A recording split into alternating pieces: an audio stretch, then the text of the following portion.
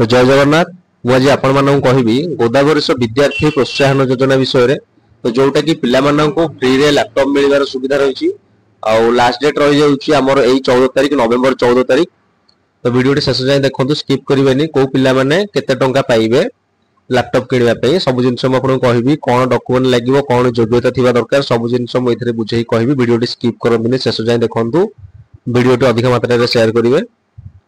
तो गोदावरीश विद्यार्थी प्रोत्साहन योजना ST SC OBC SCBC general EBC संप्रदाय पई तो एससी कास्ट पिला पकई परिबे एसटी पिला पकई परिबे ओबीसी एससीबीसी जो माने प्राय हम स्टेट स्कॉलरशिप पोर्टल जेमति पकाउचंती ओबीसी एससीबीसी एससी एसटी समस्त पकई परिबे।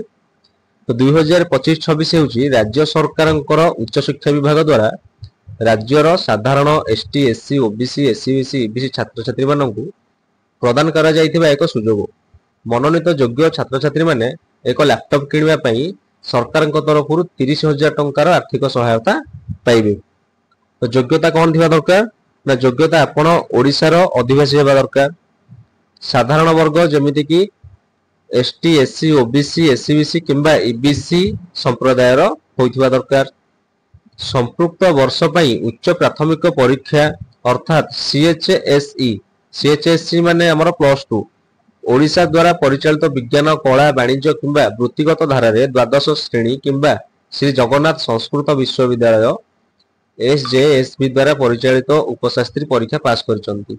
+2 रे जदी आपण विज्ञान हो कला हो वाणिज्य हो आर्ट्स कॉमर्स साइंस जे कोनोसी अध्ययन करिकि आपण भलो मार्क रखि क्वालिफिकेशन पास करचंती तेबे आपण को लैपटॉप मिलिबो। तो केते परसेंट रखिले मिलिबो वीडियो लास्ट रे आपण कहबी वीडियो स्किप करंतुनी।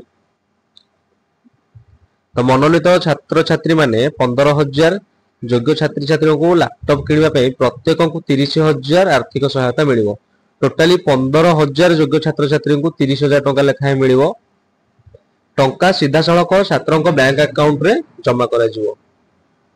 डॉक्यूमेंट लागिवो कोन ना छात्रों को आधार कार्ड वासस्थान प्रमाण पत्र छात्रों को एक पासपोर्ट आकार फोटोग्राफ शेष परीक्षार मार्कशीट सर्टिफिकेट आधार एनपीसीआई मैप जोटा कि डीबीडी लिंक होचंदी बैंक रे आधार कार्ड आपनकर डीबीडी लिंक थिबा दरकार। आपण किपरि आवेदन करि परिबे ना आपण स्टेट स्कॉलरशिप पोर्टल जाई कि आपण आवेदन करि परिबे। स्टेट स्कॉलरशिप पोर्टल ओपन कले गोदावरीश विद्यार्थी प्रोत्साहन योजना आपन को शो करिवो। देखंतु स्टेट स्कॉलरशिप सर्च करिवे स्टेट स्कॉलरशिप सर्च कला परे प्रथम एटी क्लिक करिवे स्टेट स्कॉलरशिप पोर्टल ले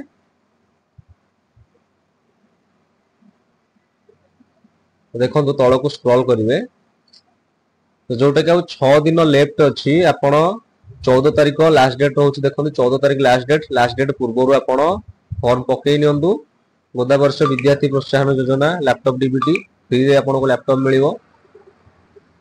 तो document Aadhaar card of student passport size photograph of student marksheet of last exam +2 रो मार्कशीट आपनकर एठी लागिवो।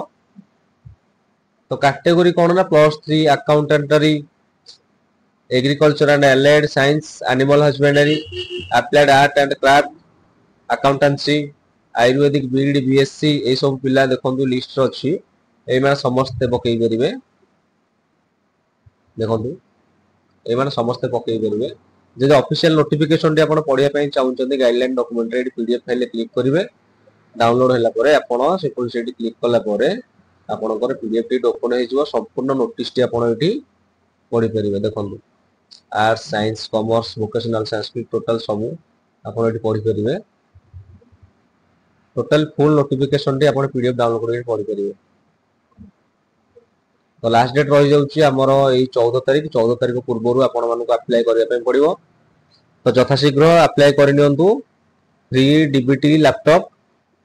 तो आशा करछि वीडियो टी आपण मानको भल लागिथिबो वीडियो टी अधिक मात्रा रे शेयर करिवे जे समस्त नोटिफिकेशन टे पाई परिबे जो पिला माने योग्य अछंती से माने मध्य ए वीडियो टी देखि निजे निजे अप्लाई करि नियंतु अथवा निजर निकटस्थ जनसेवा केंद्र जे अप्लाई करि नियंतु वीडियो टी अधिक मात्रा रे शेयर करिवे सब्सक्राइब करिया पई भूलिबे नै।